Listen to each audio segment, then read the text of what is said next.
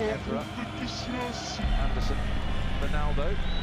Why not have a go? He has done. Oh my word! Ronaldo returns to Portugal and scores a stunning goal. No, no, no, no.